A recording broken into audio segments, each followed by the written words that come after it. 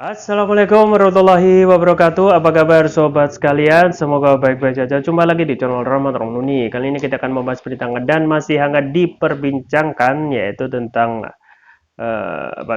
aksi ya, ataupun masih terkait isu ya penundaan pemilu ya yang sekarang makin eh, panas ya, dan banyak sekali berita-berita yang berseliweran tentang kebenaran ataupun juga kelanjutan wacana penundaan pemilu ya.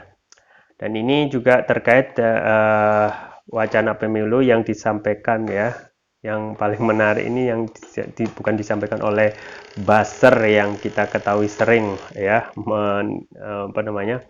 mewacanakan suatu isu, tetapi langsung kepada pemain, yaitu ketua umum partai-partai, diantaranya adalah Zulkifli Hasan, ketua umum Partai PAN yang yang salah satu mengusulkan penundaan pemilu ya. Tetapi setelah itu Bapak Zulkifli Hasan mengatakan bahwasanya itu terkait juga dengan adanya desakan dalam tanda kutip dari Luhut Binsar Panjaitan yang juga yang kita ketahui di media online mempertemukan beberapa ketua umum untuk mewacanakan penundaan pemilu ya. Bagaimana selengkapnya sesuai yang dilansir oleh politikermol.id ya.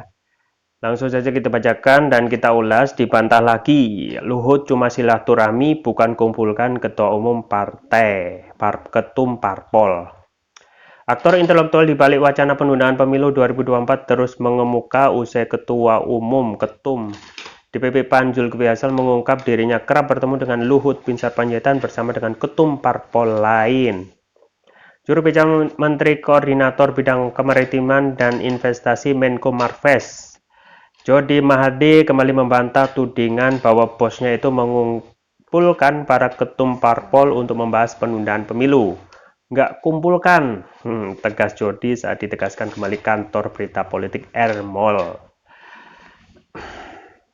Jody mengatakan Luhut bertemu dengan sejumlah ketua umum partai politik dalam rangka silaturahmi semata dan tidak ada pembahasan mengenai penundaan pemilu ya. Silaturahmi dengan beberapa petinggi parpol sih biasa dilakukan Pak Luhut dari dulu, biasa-biasa saja, pungkasnya ya. Sobat sekalian, sekali lagi bahwasanya memang ada suatu hal yang sangat berkebalikan ya. Di media lain mengatakan bahwasanya ya itu bisa dibaca tangan pemerintah dibalik ya. Tangan pemerintah dibalik penundaan pemilu itu juga bisa dibaca di media online ya. Di lain pihak itu langsung dibantah oleh juru bicara Menko Marves ya, Jody Mahardi, tentang bagaimana Luhut Binsar Panjaitan itu ketemu dengan parpol ya.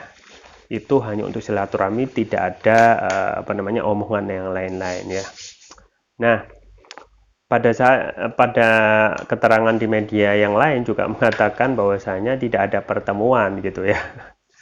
Tetapi di berita ini disampaikan bahwasanya ada pertemuan ketua umum partai dan memang itu mempertemukan para ketua umum Big Fish ya, para petinggi partai, yaitu ketua umum PAN Zulkifli Hasan, kemudian juga ketua umum PKB Caimin, dan juga ketua umum Partai Golkar Airlangga Hartarto ya. Jadi dalam hal memberikan keterangan ya, memberikan bantahan itu biasa ya dalam seorang elit partai itu memberikan keterangan dalam hal untuk apa ya, untuk memberikan suasana supaya tidak begitu melonjak ataupun gaduh gitu ya. Dan wajib kita pahami bahwasanya itu hal yang biasa gitu ya. Tetapi apa yang disampaikan itu pertanyaannya atau benar atau salah ya. Mana yang benar, siapa yang berbohong gitu ya.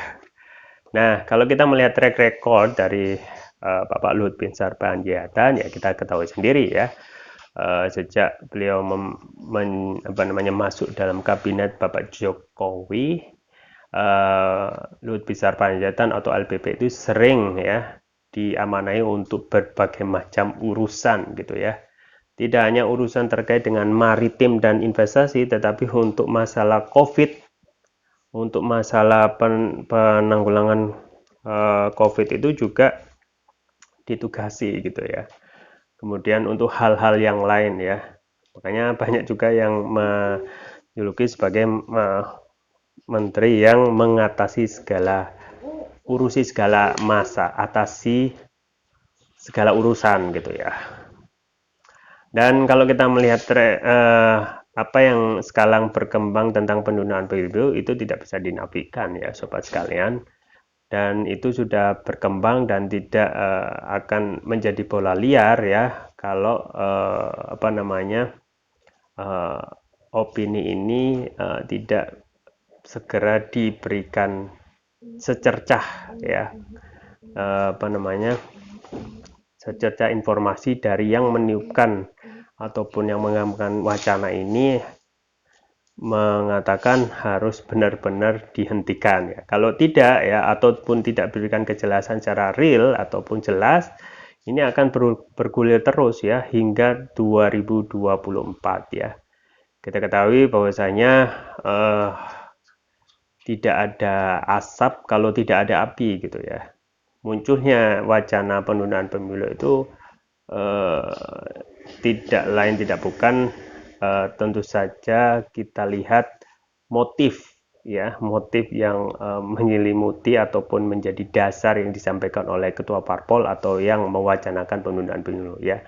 Yang pertama tentang masalah ekonomi yang begitu berat gitu ya, ataupun tidak adanya anggaran ataupun tidak ada anggaran yang belum dialokasikan gitu. Nah, kemudian juga ada alasan tentang COVID pandemi ya, yang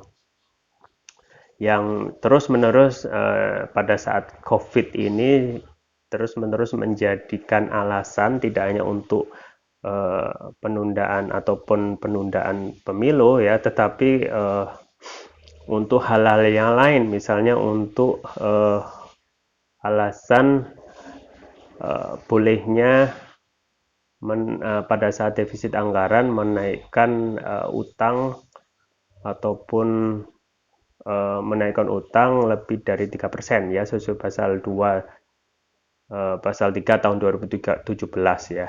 Nah, itu COVID terus-menerus jadikan alasan. Yang selanjutnya yaitu alasan yang tidak masuk akal juga, coba mengait-kaitkan invasi Rusia ke Ukraina yang kita ketahui itu tidak ada sangkut pautnya sama sekali. Ya, sobat sekalian, kalau kita melihat ya apakah yang disampaikan oleh politisi ini ataupun terkait masalah saling lempar isu ya, saling lempar tanggung jawab ataupun buang badan terhadap isu yang dihembuskan ini, memang ingin cari aman dalam tanda kutip, supaya apa ya, supaya tidak ada gonjang-ganjing dan juga tidak ada dinamika dalam tubuh internal partai masing-masing ya. Misalnya Ketua PAN Zulkifli Hasan menyampaikan bahwasanya ini karena ada desakan dalam tanda kutip oleh LBP sendiri, dan LBP sendiri sudah membantah melalui juru bicaranya ya, seakan semuanya itu ketika melihat masalah ini itu ingin test the water ya, ingin mengetes bagaimana reaksi masyarakat terkait wacana penundaan pemilu. Ya, kalau kita melihat ya, sudah banyak pengamat dan juga ahli hukum yang mengatakan ini adalah di luar konstitusi atau inkonstitusional ya. Penundaan pemilu itu tidak sesuai pasal 7 Undang-Undang 1945 ya. Kalaupun masalah ekonomi berat, tidak ada biaya untuk mengadakan pemilu, ataupun ya tidak ada alokasi dana, ataupun ya masalah pandemi ya, berarti solusinya bukan ditunda gitu ya. tetapi lebih mempercepat pelaksanaan pemilu ya. Kenapa ya? Karena alasan-alasan tadi itu tidak masuk akal ketika ditunda sampai 2 tahun ya. Artinya ya, kalaupun ditunda 2 tahun, apakah ada jaminan ya kalau 2 tahun itu ekonomi akan membaik lagi sehingga ada dana untuk pemilu. 2 tahun itu akan selesai pandemi dan bisa dilaksanakan pemilu. 2 tahun lagi itu tidak negara ekonomi akan pulih ya sehingga bisa diadakan pemilu ya. Tidak ada yang menjamin gitu. Malah kalaupun ada penundaan hingga tahun 2026 sesuai yang diwacanakan ya, kemungkinan akan ada penambahan lagi gitu ya. Dengan berbagai alasan ya. Misalnya ya 2 tahun ya. 2000 sampai 2026 ya.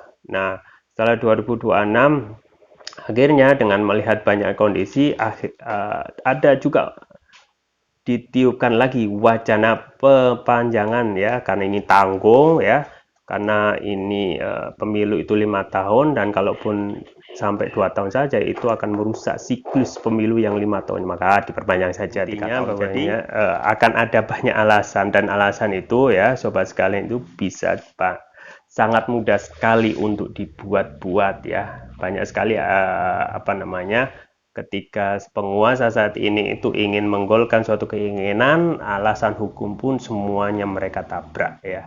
Misalnya bagaimana ketika COVID ini ya dijadikan alasan, dan kalau menurut undang-undang tentang keuangan ya, Undang-Undang Nomor 3 tahun 2017 ya tentang keuangan negara ya, bahwasanya kalau defisit anggaran itu tidak boleh melebihi 3% dari PDB ya, produk domestik bruto.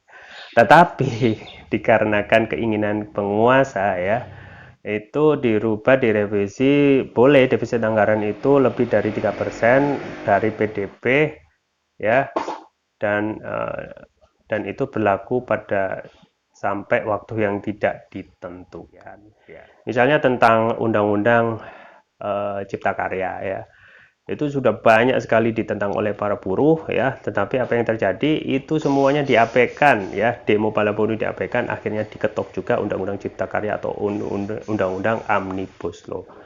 Dan apakah untuk undang-undang ataupun penundaan ini bisa dijalankan? Dan itu bisa gitu ya, pasti bisa ya, kemungkinannya besar sekali ya, karena mereka bisa melangkai semua dasar-dasar hukum ataupun dalil-dalil hukum itu bisa mereka buat dengan penambahan pasal ataupun hal yang lain. Terus pertanyaan, bagaimana jika ada demonstrasi? Ya, itu mereka bisa abaikan ya, sama seperti undang-undang Omnibus Law yang sudah banyak sekali demo tapi mereka abaikan dan akhirnya bisa diketok. Ya, kita tunggu saja bagaimana kelanjutan isu tentang penundaan pemilu ini. Semoga kedepannya Indonesia negeri ini menjadi lebih baik lagi. Itu yang bisa saya sampaikan. Jangan lupa like, share, dan subscribe. Sampai jumpa lagi. Wassalamualaikum warahmatullahi wabarakatuh.